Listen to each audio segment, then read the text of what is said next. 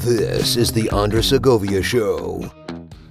Hey everyone, it's Andres, and welcome to another episode of the program. Because today, I am joined by singer and songwriter Natasha Owens. Natasha Owens, who is best known for her work in the Christian space, recently made a big old splash with her politically themed hit single, Trump Won. And believe me, the reaction has been exactly what you expected it would be. But she topped the iTunes charts last week before someone that shall not be named dropped 4 never released before songs. Not that I care, but I got a chance to talk to Natasha about the release of her song, the shifts in her career recently from Christian to the political spectrum, and most importantly, to talk about her musical journey, what inspired her, and what keeps her going. Here's my conversation with Natasha Owens. Natasha Owens, welcome to the Andres Segovia Show. Good to have you on. Thank you for having me. Well, before we get into everything else, I just want to say congratulations on the release of your song. Last I checked this morning on YouTube, it was about 700,000 views, over 1 million on Rumble. And last week, it was #1 on the iTunes. Yes, how does that feel? It was amazing for a contemporary Christian singer. We don't make it to the top iTunes charts very often, just in our genre. So it was very surreal and exciting, and I'm just glad that people are responding in a great way. Yeah, and I mean, I'm sure the highlight was Donald Trump himself posted about on Truth Social. What was that like when you saw that? I about passed out. I was like, "Oh my God, he just endorsed it." Right. So it was amazing. I know. I saw that because it was the J6 song that was attributed to him was I guess was nuked from iTunes, and then yours dropped and that replaced it at the first place. So that was pretty cool. I know. I so hated to do that. We were trying to get on that. We held our press release trying to get more on the tail end of that. I did not want to bump them from the top, so I'm glad that they've risen back in the charts over the weekend today. Well, based on a lot of internal stuff, and this kind of applies to your song too, it looks like it was purposely removed from iTunes for his J6. And with yours, I believe there's a lot of shadow banning going on with your song too. Oh, shadow banning. They have tried from pillar to post to block this. It took 2 extra weeks just to get the song on iTunes and it live. When you look at YouTube, you can physically see likes and comments disappearing in real time. And so I saw that. They wouldn't like it on their side if that was done to them, but it's okay. We're going to get it out there around them regardless. They can't stop it. No, they can't. And I honestly doubt the numbers of views that YouTube is showing. Because I think there's some funny business going on around here. They're definitely away because I've been monitoring it and I would go on and the numbers would be a lot higher than they were 2 hours after that. So people don't unview it, right? So that fraudulent happenings are happening there. But there's nothing you can do about it. You can gripe about it. You can file a report. But in the end, they control it. They have the say so, and it's hard to get around big tech. Absolutely, but at the same time, it's like the reaction. Besides the reception that you received for it, the censorship was kind of expected. I'm assuming. Oh yes, I actually didn't expect them to load it at all. I thought it would be taken down. It's surprising to me that Facebook is the only one that's messing with us. Really. They're banning it. They are putting sensitive content, like it's really a sensitivity video. I guess it is for anybody on the other side, snowflakes or whatever, that's a little sensitive. I guess they can melt. So, and they're putting misinformation on it. So they're flagging it left and right. But what are you going to do? That was expected. But then there comes a question, because just the nature of the song alone, Trump Won, and that's the song we're talking about for those of you watching and listening, Trump Won, which has all those views. It was always going to be met with that kind of take from big tech, and in knowing that, because I'm assuming, you want to get as much publicity to grow your career and stuff. Right. Why put that out there when you knew that more than likely they're going to try to nuke your song? I have been traveling. We did an American Patriot album, And I have been traveling around the country for the past year and a half. And you talk to people, and this is the topic that comes up. Trump won, and you know it. We just can't really say it. People get, once you mention the name Trump, either people love you or hate you. There's no really middle ground. And so people are afraid to talk about it, but they want it addressed. They want it acknowledged. They want it fixed. And so I just said, you know what? Let's just write this song. We've been saying it for a year. We've been kind of singing some of these jingles in my own house for a year. Let's give a voice and maybe some confidence and strength to the people who feel like they can't say it. Let's get it out there and say it for them. So I'm a contemporary Christian singer, but I'm fighting for truth. And I believe that is the truth. And so I wanted to get it out there. Well, that makes sense. I think those that are discovering you, because this is, like I said, it's been a massive hit. It's a single. It's not part of the Patriotic album, but that Patriotic album came out last year, if I'm not mistaken. And people that are discovering you now are going to be surprised when they realize that's your first patriotic album, and you've been in this for about 10 years or so, right? That's correct. I'm an artist that has a little bit of substance to me because I have a story that comes with me. So I've been in it for 10 years. We did 4 contemporary Christian albums, a Christmas album, deluxe version of that, and then decided to do the patriotic album last year. So it's something I haven't been doing. I'm veering off in a different lane, but I'm loving it. And before we get to your story, because that's why I reached out, I was actually really taken by that. It's like, there's a story there that needs to be highlighted, not glossed over. And before we get to that, because yes, I did listen to a lot of your albums after you and I connected. I was listening to it in the car with my children. They're 9, 7, and 5. And I asked, what do you guys think of this? Like, hey, we're really liking this. So this morning, this weekend made for the most fun research on a guest that I've had in a while, just because thank you. That means so much. All I had to do was just play your tunes. And for someone that's, I listen to orchestral, symphonic, film score. That's my jam.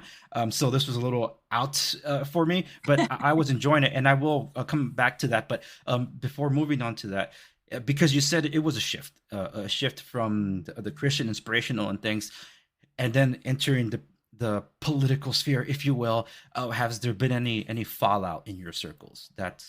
Oh, absolutely. So, Nashville, I don't know if many people know this, but Nashville is very progressive. It's very liberal. It's touching a little bit into the country genre. It's hitting a lot in the contemporary Christian genre. It's something that I have been pretty upset about for the past few years, even before I veered into this different lane. They don't stand for things that normal Christians would stand for, like life, being pro-life. I'm too pro-life there. And once we veered into the politics, knowing that I'm on the conservative side, we've had some artists say that they wouldn't travel with me anymore. And I said, you know what, that's fine. We're spreading the message of Christ. But if these core principles are bothering you, then I don't know if I want to be on the road with you either. So I don't know at this point, especially with this song, if I'm going to actually have a home to come back to in contemporary Christian. But maybe we just blaze another path that's never been blazed before. Maybe we just start something different. I'm not quite sure yet, but we'll figure it out. Yeah, and it's interesting that contemporary Christian somehow applies progressiveness nowadays, where it's like, well, the 10 Commandments are multiple choice, and like, no, that's either you take it or leave it. You don't just pick and choose what you like from the Bible, and if you don't, you start changing it and create your own religion out of it. That's not how it works. Started to be more accepting. They're also worried so much about the cancel culture. They don't want to be called racist or whatever.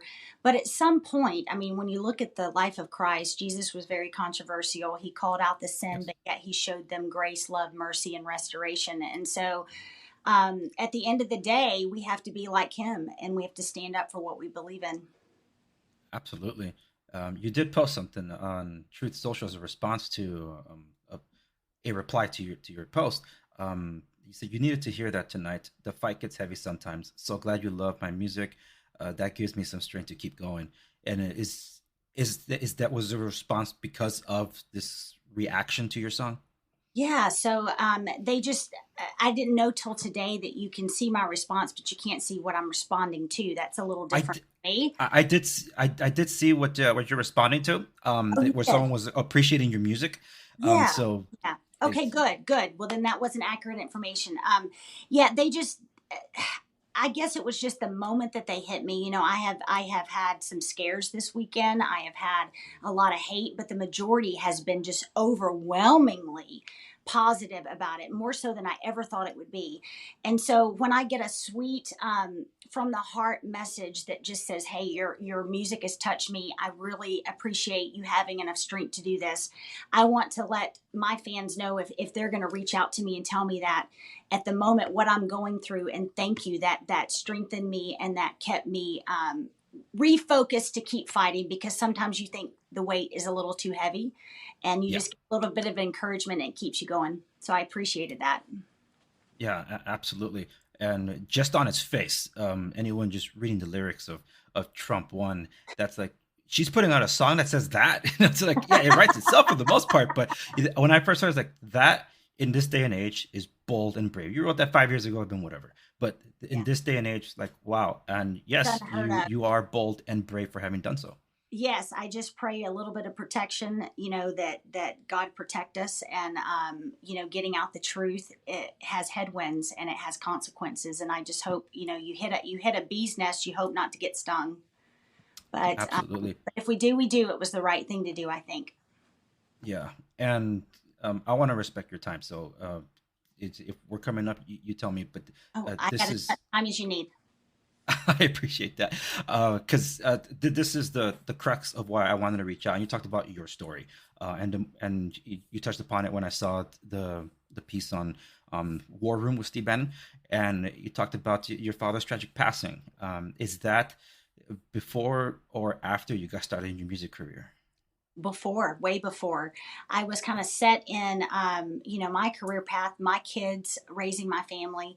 And 12 years ago, my dad, almost 13 now, my dad was cleaning his guns, dealing with a dangerous gun. There was a bullet in the chamber. With a Glock, you have to punch the trigger to take the slide off, and you really have to have it facing towards you. So he was sitting down, unfortunately. It hit him in the heart, and life as I knew it was gone within about 60 seconds. And I was a daddy's girl, and I tried to be strong for my entire family. I'm the oldest, was the only one that had grandkids at the time. And so I tried to be strong. I delayed my grief too long, and I questioned why, which is such a dangerous question because most of the time you won't get an answer. And I became very angry at God. And so the things that I spoke, I down spiraled into a deep depression. And 6 months into my depression, my pastor called and said, "I need you to snap out of it and be our music minister." And I said, "I don't. I struggle from severe anxiety, severe stage anxiety. I did. And I can't be what you want me to be because I'm depressed." And so he kept calling and he kept calling, and he called on a day that I can honestly say that I wouldn't be alive today if it wasn't for God crossing my path when he did. And that was the beginning of my recovery road. And I said yes to a position that I wasn't qualified for, but God made that a training ground for what I'm doing now. And I had to get out of anxiety. I had to overcome depression. And looking back on it, it wasn't. I've got a lot to my story, too much to say today. But some Sure. really cool moments that have happened that I'll never forget. But looking back on it, every CD is another chapter of my recovery, and it wasn't meant to be that way. God's just in the details, from making it through a trial to rising above to being a true warrior for Christ and standing on a firm foundation.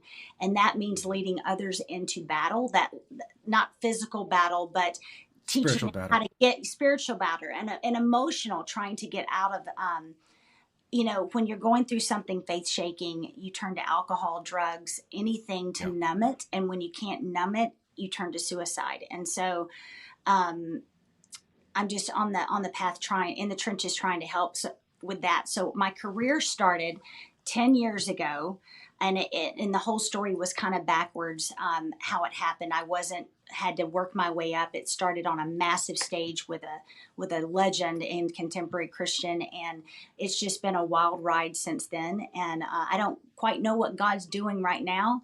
But I did last year. We changed gears, and I was a part of Trump's faith initiative team at the White House, Okay. and but after he left the White House, politics didn't cross our path for about a year, and then it started crossing our path. And my husband said, "Tosh, you need music. You need to do some patriotic music." And I said, "You know what? I love this country so much, and even with all of its faults, it's still the beacon of hope and the greatest country on earth. And that needs to be highlighted. And we also need to highlight the sacrifice that our soldiers paid in order for us to have freedom." And when all of us went through COVID, we saw how easy it was because of fear. People were begging for their freedom to be taken away because of fear. And it's the one thing that we should never give up. And so I just wanted to put a spotlight on those two topics and actually help with the profits of it, some veteran organizations. And so we've been able to do quite a bit of good in the past year. That's great to hear. I actually had something about that, about the last thing you hit about veteran support. But in touching upon what you said, that you turned to suicide, and I was trying to read between the lines when I was reading about your bio and things like that, because I actually have a similar story to yours, and you not too long ago posted on Truth Social that I'm assuming this was the moment where God spoke to your spirit. You say, "You can't die looking back at what you lost. You have to live for what you have left." Was that the moment you reached out into the dark abyss and pulled you out? That was the moment. We had started turning to do this musical career. We had created an album called "I Made It Through." It helped someone get through a trial from the beginning to the end. And that was the moment that I felt like I had truly made it through. I was looking at my boys playing out in the back one day, and it was hot here in Texas. And God just spoke to me, and it just seemed like the sassiest voice, because it was my voice in my head. And he said, "You can't die looking back at what you have lost. You have to live for what you have left, and those boys are what you have left." And I remember smiling and laughing for the first time in years and actually feeling joy. I always said I put a fake smile, and if you really looked in my eyes, you saw that I was completely dead inside. And that was the first day that my smile actually reached my eyes. I think joy radiates from my eyes now because I'm alive again. And so it was a moment that I would never forget. And I got on my knees and I thanked God for helping me make it through, because it was at that moment I knew I had made it. Wow, that's awesome. And if you don't mind, I'm going to share a little bit of my story with you. Yeah, absolutely. I was born and raised in a Christian family, born into poverty, but that never had any influence over anything of mine. It was just, that's life as I knew it. I come from Compton and Watts, believe it or not. Many people don't when they get to know me. It's like, "You're from where?" It's like, well, I don't have the hood in me anymore, but whatever. That's where I come from. So my heart's always in Los Angeles. But I didn't come to Christ until I was 12 and a half, give or take, and got baptized at 16. Up until that point, I had many near-death experiences that God delivered me from, but it was after spiritual battles and things, and me just struggling with what is the point of living and the purpose of life, because I didn't ask to be born, Right. so I had no reason to live, and that's just how I saw it. So I attempted suicide 5 times. I'm still here, Yeah. but in my last attempt, just like your moment, I had a moment where a voice in the darkness, and I couldn't see anybody standing there, yelling at me to put down the weapon. It was a knife. Like, put it down, because if I didn't have a purpose for you, I wouldn't Right. have saved you from those near-death experiences. Oh, And it was the most powerful moment. It was a voice of authority, and it came, and there was no direction to that sound. I just knew it was speaking at me, and there was nobody else present. And God's it's like I never tried again. I did struggle with depression. Just because, like, well, I'm a failure. I'm never going to add up or amount to anything. But you speaking about your anxiety, I was the shy guy in the corner growing up as a kid. So when I eventually became the one at the forefront speaking for those that didn't have a voice, opening up about struggles, and people are like, oh, I thought I was the only one. And it's like, wait, so I'm not alone in this fight? And suddenly my friends seemed like the most sociable or whatever, they start asking, why is the guy that wouldn't speak and we had to drag everywhere preaching? He's up there speaking in front of hundreds or even thousands of times. Like they were stunned, like, it's all God. That's all I said. It's like, it's not That's me. amazing. We shall overcome by the word of our testimony. And you right there, just you've turned into a warrior looking back, helping others through making it through something. And that's so admirable. I hate it that you had to go through that path, but it's made you who you are today. It's made you strong. Thank you. And it really is to each their own. And you're quoted as saying that society and the church has failed in the mental health arena. Society is pretty much a given, but in the case of the church, and I happen to agree with you on many aspects of this, perhaps, how do you feel that the church can do better in approaching the health arena, mental health arena? I mean that in this alone, the church is so faith-based, and that's a good thing. But when it comes to mental health, society, it's something that has shied away from it. And so is the church. It's a little bit ashamed of it. It doesn't know how to handle it. So it just doesn't want to touch it. They say things like, or at least the churches that I have been a part of, you're just not praying enough. You just don't have enough faith. And that's what I mean by faith-based. And when as well as I do, when you're going through something faith shaking, you're in survival mode, just trying to breathe from moment to moment. Yeah. It has nothing to do with your faith. It has nothing to do with you not praying. It has to do with the fact that it's beyond you. It is too much for you. You're too overwhelmed, and you have to learn how to give it to God. And so saying things like that from, to me, only made my situation worse because I felt like nobody cared, right? So now I've helped be a voice to churches to get recovery projects, recovery type groups in the church, because people need that. We're dealing with life.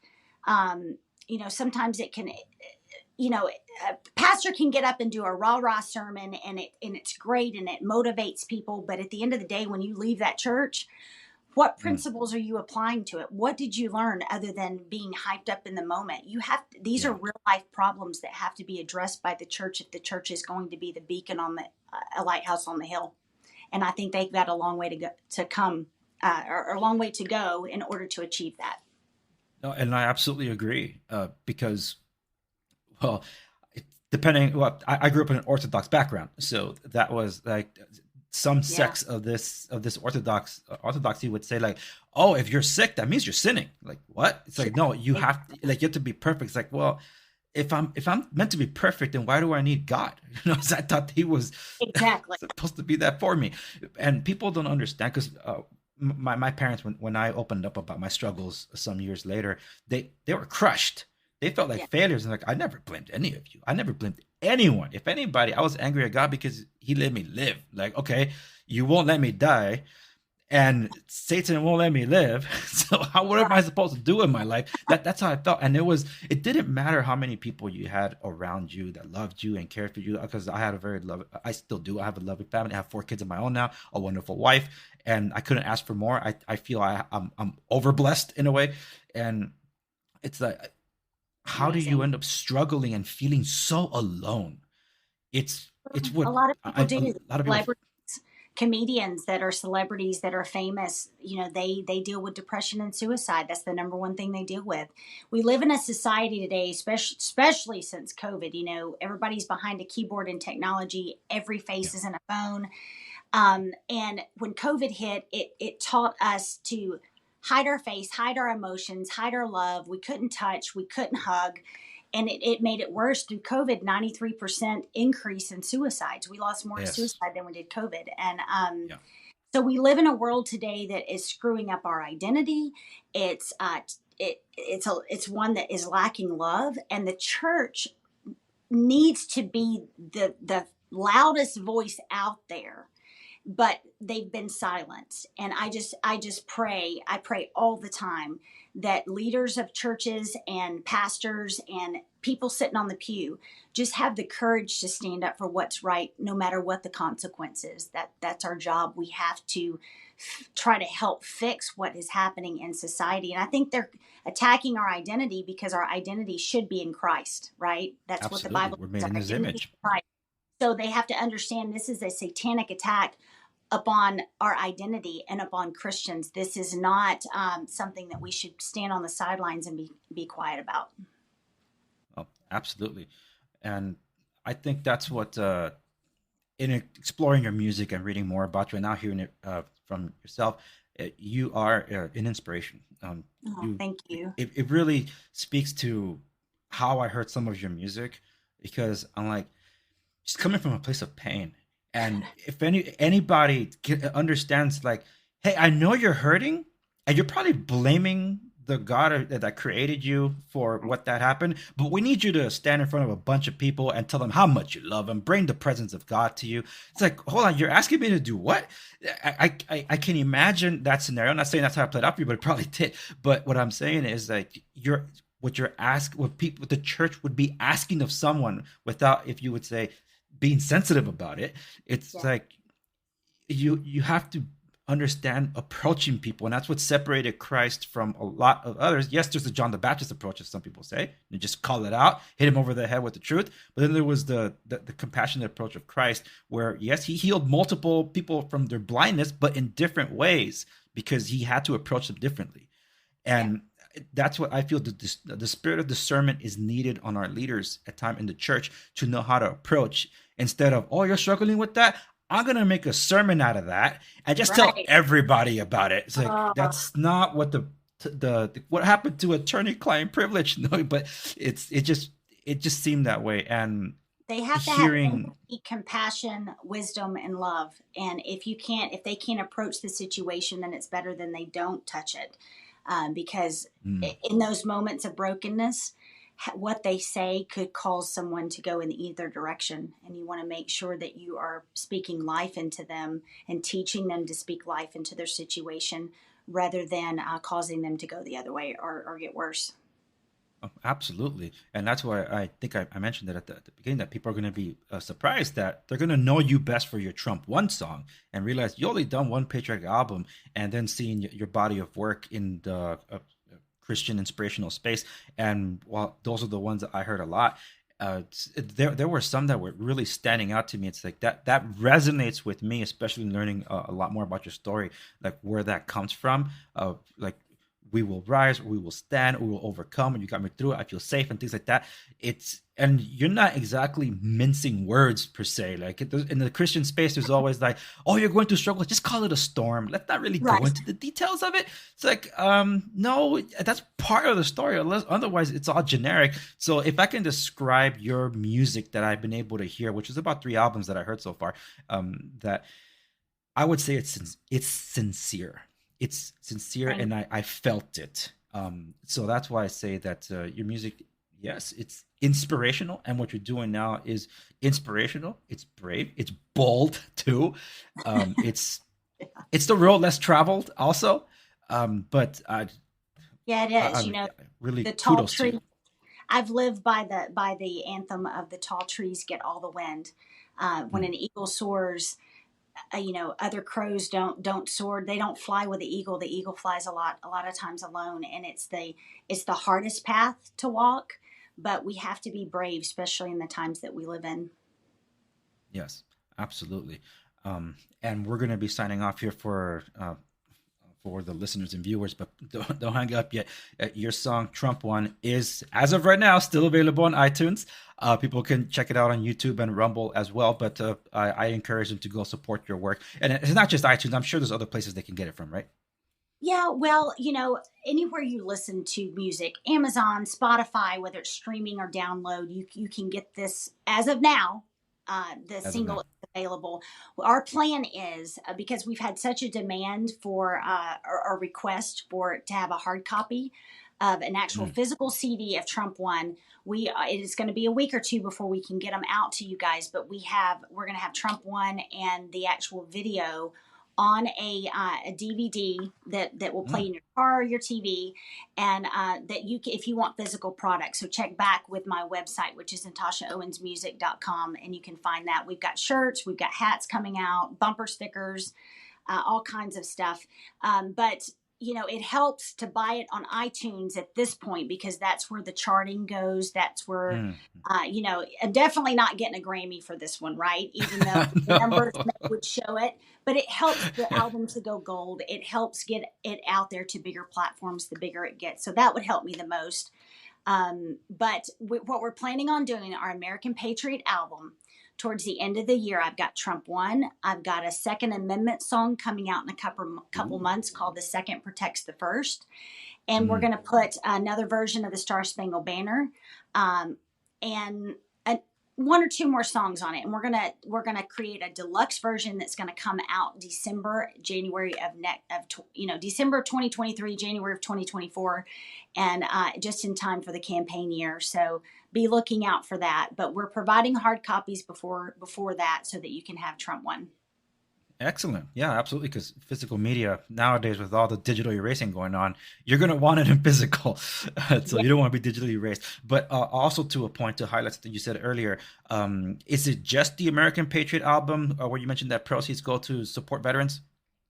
Yeah, we're going to do that also with the Trump One and with the deluxe version, because that's where my heart is. I sang to 53,000 vets on a Daytona stage back in May, and I was changed that day. And I told my husband, if I can help vets, if I can sing to them, whether they're soldiers or retired, for the rest of my life, I could find purpose. And so my goal in the trenches is I connect with these veterans, because they have the battlefield of the mind when they come back from war, and the PTSD, and they try to be strong. And I relate to them so much, because even though our situations are totally different, there's a lot of similarities. And so I'm just, my heart is with them right now, because I just really appreciate what they've done for us.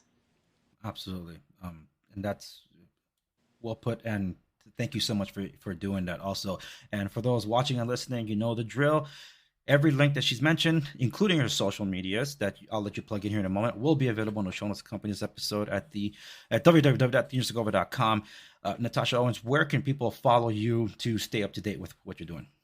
Well, you can still get me on Facebook, Natasha Owens Music. True Social is the same.